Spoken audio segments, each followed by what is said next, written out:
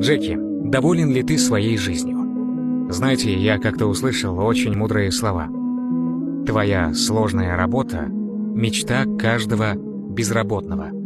Твой непослушный ребенок — мечта каждого бездетного. Твой маленький дом — мечта каждого бездомного. Твой небольшой капитал — мечта каждого должника. Твое неважное здоровье — мечта каждого больного неизлечимой болезнью.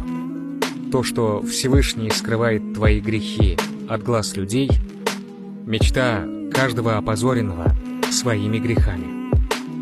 Твое спокойствие в сердце, твой спокойный сон, твоя доступная еда — мечта каждого, у кого в стране война. Нужно ценить все, что у тебя есть, ведь никто не знает, что произойдет с тобой завтра.